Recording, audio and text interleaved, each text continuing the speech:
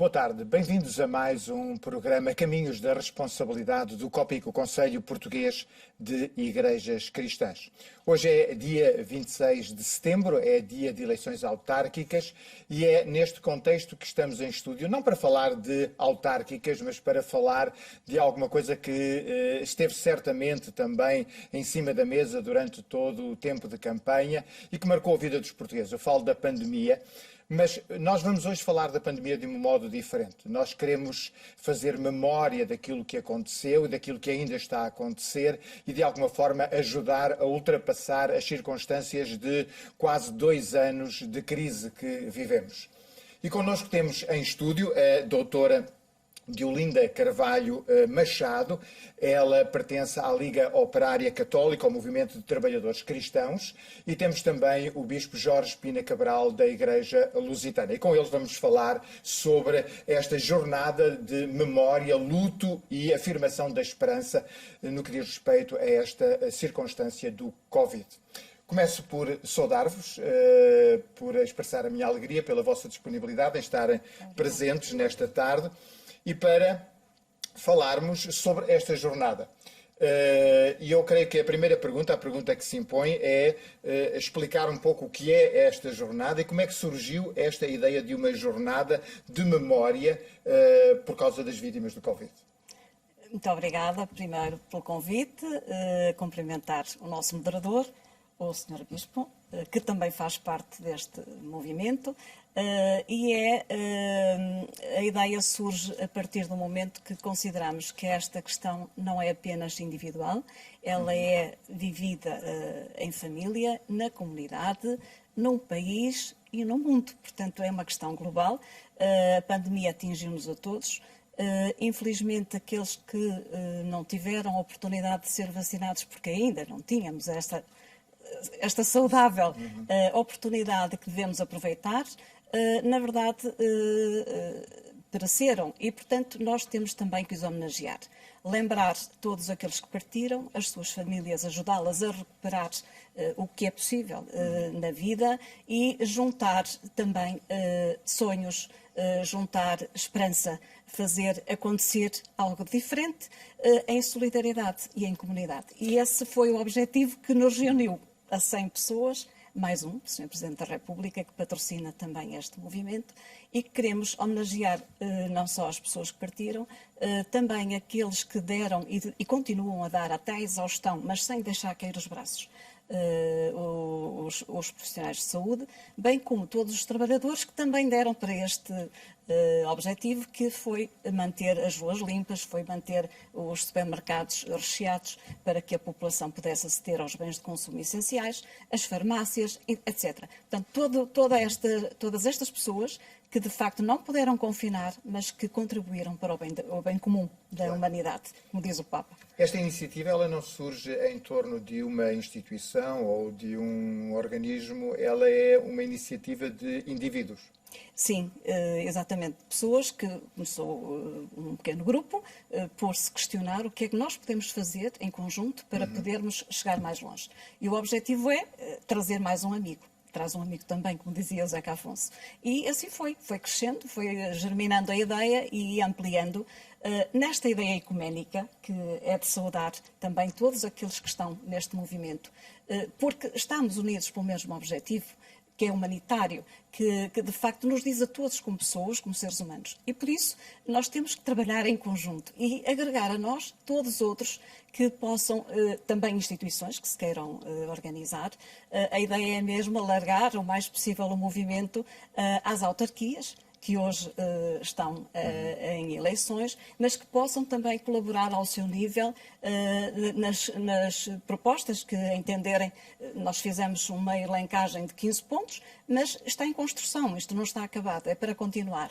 Por isso, cada organização, cada pessoa que queira associar-se e as pessoas que nos estão a ouvir podem dizer exatamente, nós temos um e-mail que se chama memo2021@gmail.com. E vamos ter um site a funcionar que está praticamente ok. Claro. Bispo Jorge Pina Cabral, eu sei que é um dos promotores também desta iniciativa.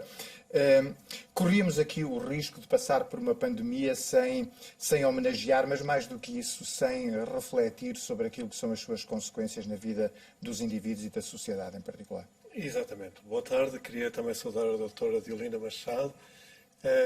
Neste propósito, que é efetivamente um propósito ecuménico e de homens e mulheres de boa vontade que se congregam precisamente nesse esforço também de assumir, digamos, a dureza do momento em que vivemos e, ao mesmo tempo, de promover uma reflexão conjunta sobre tudo aquilo que esta pandemia nos trouxe de bom e de mau. Nesse sentido, este movimento, ou esta jornada, que vai decorrer de 22 a 24 de outubro, e que é uma jornada nacional que queremos que seja também realizada a nível local e que tenha fundamentalmente a expressão a nível local de autarquias, igrejas, grupos, comunidades diversas, gostaríamos que ela fosse, por um lado, um espaço de memória, como já aqui foi referido, mas também um espaço de reflexão e também de esperança. Ou seja, assumindo esta realidade já de ano e meio na qual estamos envolvidos, nós possamos também perspectivar novas formas de trabalho em conjunto. E por isso é verdadeiramente digamos, uma jornada ecuménica no sentido em que congrega crentes e não crentes, homens e mulheres de diversos quadrantes, no fundo cidadãos, gente que se percebeu igual na sua humanidade e também na sua fragilidade. E efetivamente, se houve lição que esta pandemia nos trouxe, é que nós dependemos todos uns dos outros. E estes desafios requerem um esforço conjunto, requerem uma partilha de dons, requerem uma partilha de recursos e requerem uma gente com humanidade, sensível àquilo que nos tem acontecido. E por isso há este esforço que é de louvar, de procurar envolver todo Portugal, toda a sociedade nesta reflexão. E realmente a pandemia, como já foi referido, foi ou está a ser o grande revelador, não é? Nós percebemos que muita coisa já não estava bem e que foi acentuada. Portanto, acentuou-se a pobreza em Portugal, que já existia, acentuaram-se as desigualdades em Portugal, que já existia, acentuou-se a violência doméstica, que também já existia. Percebemos de uma maneira muito mais clara também os desequilíbrios a nível climático e ambiental, que, de certo modo, podem também estar na origem desta própria pandemia. E, portanto, o Covid veio revelar e trazer ao de cima a urgência de uma nova humanidade, de uma nova visão para o futuro e de uma nova colaboração. Ora, é muito importante nós refletirmos e não procurarmos imediatamente um novo normal, como querendo voltar ao antigamente. Não, nada volta ao antigamente.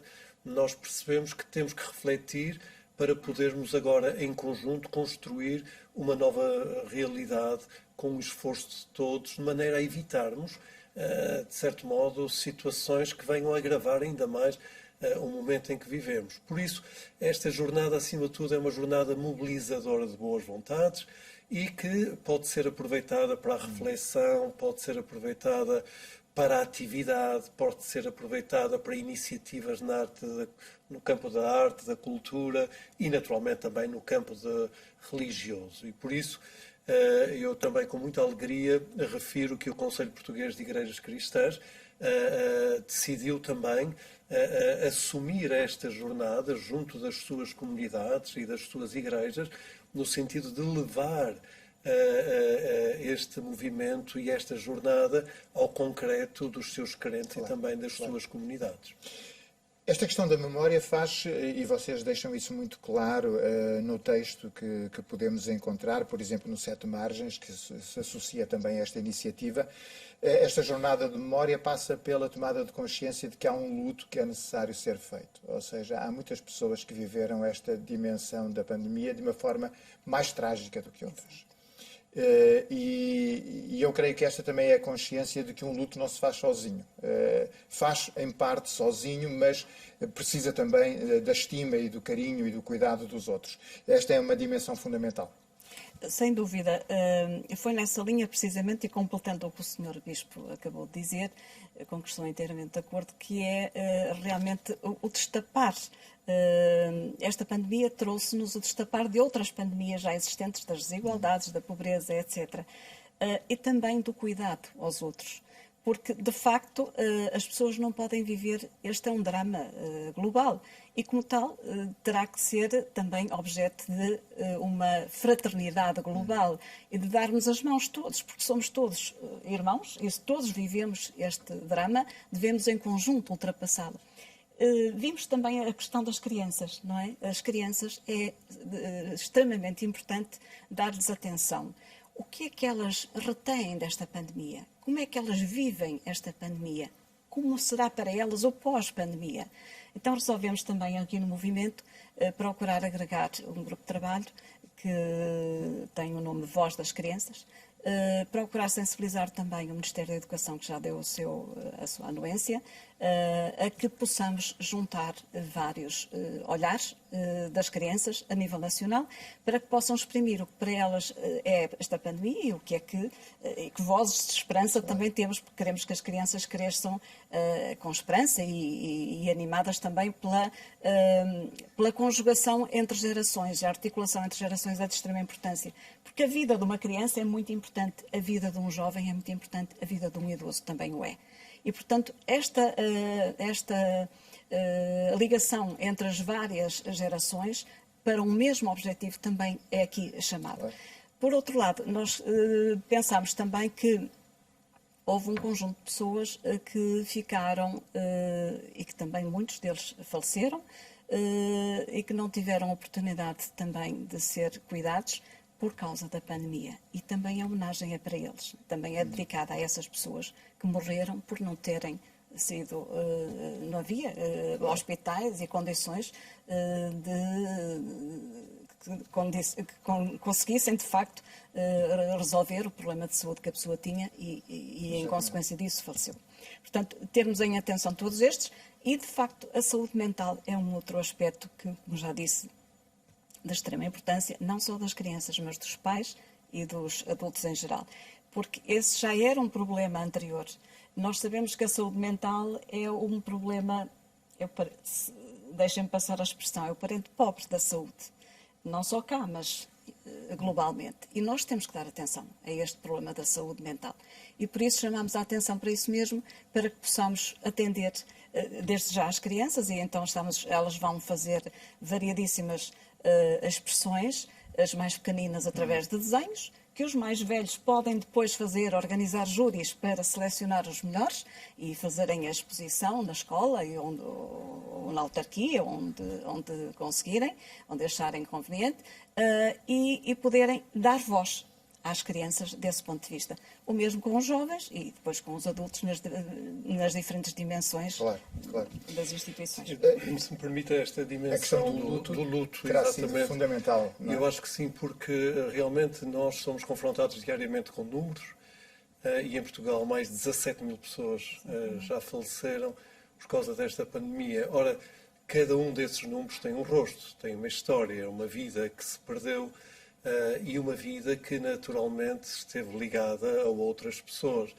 E o que importa também é tornar esses números humanos, digamos assim, no sentido de, ao mesmo tempo, homenagearmos aqueles que partiram e ajudar aqueles que ficaram também a enfrentar com segurança o seu dia-a-dia. E nós percebemos que muitas pessoas vivem uma solidão agravada pela perda dos seus queridos e se não encontram um sentido outro e uma esperança outra agora para o seu caminhar, então o seu dia-a-dia realmente continua a ser um dia-a-dia trágico e também de luto e de morte sem este sentido da esperança. Por isso, é muito importante esta trilogia que está subjacente a esta jornada da memória, do luto e da esperança. Eu pergunto como é que, no contexto, por exemplo, de uma igreja cristã, como é que nós podemos ajudar a quebrar lutos que foram feitos, diria eu, pela metade, na circunstância de não se ter tido a família, de não se ter tido os amigos, ou seja, de ter havido um não acompanhamento das vítimas. Como é que, por exemplo, em termos de uma pastoral, de uma comunidade, se processa e se, de alguma forma, dilui um pouco a mágoa desse tempo? Eu penso que o importante é realmente falar sobre essa dimensão da morte. Muitas vezes nós percebíamos que muitas pessoas não queriam referir o seu ente querido que tinha falecido. Era uma espécie de preconceito ou de estigma dizer que alguém familiar foi vítima do Covid, não é? Como se a pessoa ainda fosse culpada por uma coisa que a atingiu. Ora, esse estigma, em primeiro lugar, tem que ser desfeito. Portanto, e dizer que a pessoa foi vítima de uma circunstância que ele ultrapassou e para a qual nada fez e não foi culpada por isso. Portanto, isso implica um acompanhamento pessoal. Implica, naturalmente, uma pastoral que vai ajudar a pessoa a fazer memória do seu querido, a chorar em conjunto, a partilhar aquilo que efetivamente não se realizou. Eu partilho uma circunstância de uma pessoa próxima que eu só percebi que tinha falecido de Covid 4 meses depois, porque, entretanto, essa circunstância me tinha sido oculta. Oculta no sentido de, enfim, se entender que seria melhor para todos não falar nisso. E depois, quando falamos e tivemos a oportunidade de conversar, então foi um abrir de emoções, de sentimentos, de recordações. E nessa partilha, nessa conversa, nós cristãos, que também somos o povo da memória, e somos o povo, poderemos dizer assim, da esperança por natureza, a esperança que está inscrita na eternidade para a qual Jesus Cristo nos preparou, nós podemos naturalmente dar este sentido de orientação futura e dar este sentido de solidariedade e de comunhão. Por isso eu acho que a fé cristã, de um modo particular, contém em si, na sua identidade própria, os ingredientes necessários para ajudar a superar estes traumas que a pandemia trouxe e que ainda estão presentes em muitas pessoas, claro, e muitas pessoas também das próprias comunidades. Por isso, um primeiro aspecto que eu acho que seria de referir era dar nome a estes números e fazer memória daqueles. Aliás, uma das propostas é precisamente essa, que é escrever o nome daqueles que faleceram na família, na comunidade, por exemplo, cristã, e torná-los visíveis. É claro que isso exige coragem e isso exige o desejo também de superar este momento. Mas em conjunto, e uns com os outros, e em comunhão, nós conseguiremos. Doutora Diolinda, a outra palavra que eu acho que é importante focar neste nosso encontro é a palavra esperança, porque, de facto, nós, quando passamos por um processo de luto e quando conseguimos fazer o luto, abre-se, obviamente, perspectivas novas. E como dizia o Bispo Jorge Pina de Cabral, nada vai permanecer na mesma. Quer dizer, não vai haver uma revolução cósmica, mas, obviamente, muitas coisas vão alterar. Por onde passa esta dimensão da esperança? É essa revolução humana, de facto, que a humanidade pode fazer e que podemos, de facto, em conjunto, conseguir que ela tenha êxito. Porque a esperança, de facto, move montanhas, não é? É capaz, ela vem de dentro, ela anima, ela une, ela entrelaça, ela dá passos seguros, como o Sr. Bispo agora dizia, a segurança é de extrema importância. E ninguém sozinho está seguro. Nós somos, de facto, interdependentes uns dos outros. Sejamos do continente europeu, africano ou asiático. Porque não são os outros que são menos do que nós ou que são mais do que nós. Somos todos seres humanos. Não há cor, não há raça, não há... somos todos seres humanos. E, portanto, ou há de facto, e houve um aspecto, a esperança esteve já, e está, e continua a estar, por exemplo, no se conseguir uma vacinação segura, ampla, para todos os países. Claro. Só foi pena a distribuição não ter sido tão equitativa quanto isso, porque, de facto, só nos salvarmos se formos todos. E de facto, a ciência organizou-se. Estava já a trabalhar, cada um nos seus laboratórios, nos seus países. No entanto, houve uma unidade aqui muito forte em torno deste objetivo, foi conseguir a vacina o mais rápido quanto possível, porque ela já estava estudada, na verdade, era preciso trazê-la à luz do dia, e trouxe. Foi possível. Como será possível também continuarmos a tornar este planeta melhor, como também já aqui foi referido? Porque depende de nós, de cada um de nós, mas se nós movimentarmos essa vontade, formos capazes de levar a outros, ela vai jorrar com muita mais força e vai então encher rios de esperança. E é essa esperança que nos vai levar seguramente a outro mundo, que não queremos que seja aquele que nos trouxe aqui, queremos que seja outro diferente. E passa pela educação, sobretudo pela educação.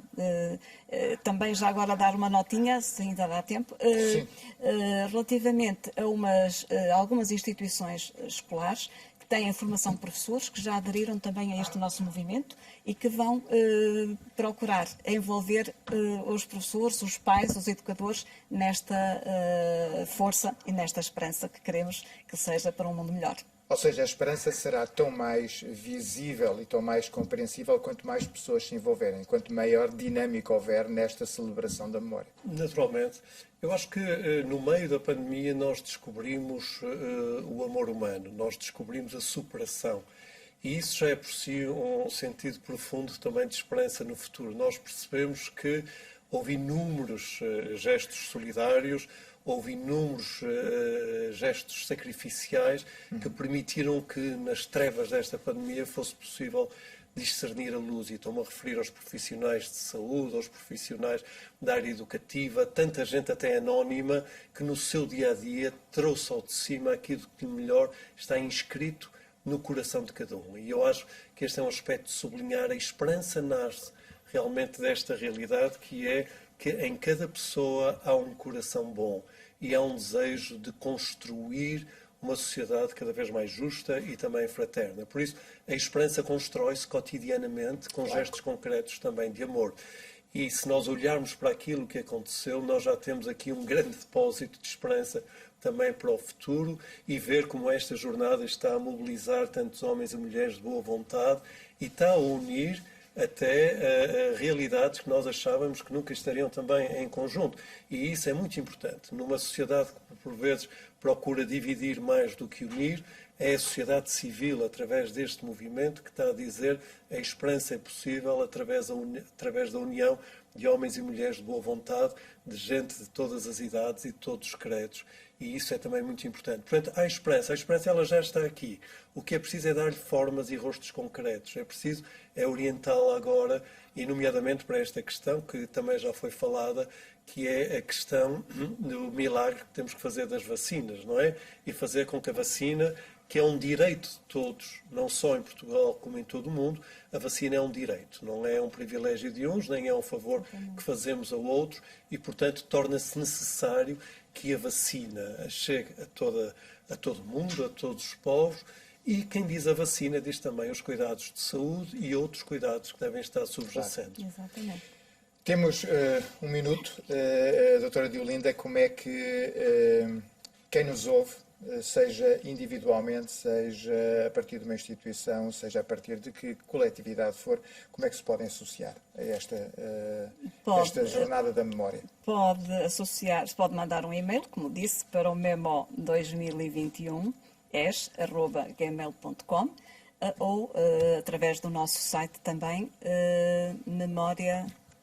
E agora tinha que ver aqui. Então, mas um site que vai haver específico precisamente sim, para ele está esta praticamente jornada. concluído e, portanto, será dessa forma, ou através de qualquer um de nós, porque através do Sete Margens, por exemplo, é um bom sítio para nos encontrarmos e por isso vamos associando sempre cada vez mais, porque somos 10 milhões de portugueses aqui, mais 5 fora, portanto somos 15 milhões e vamos agregar outros, com certeza.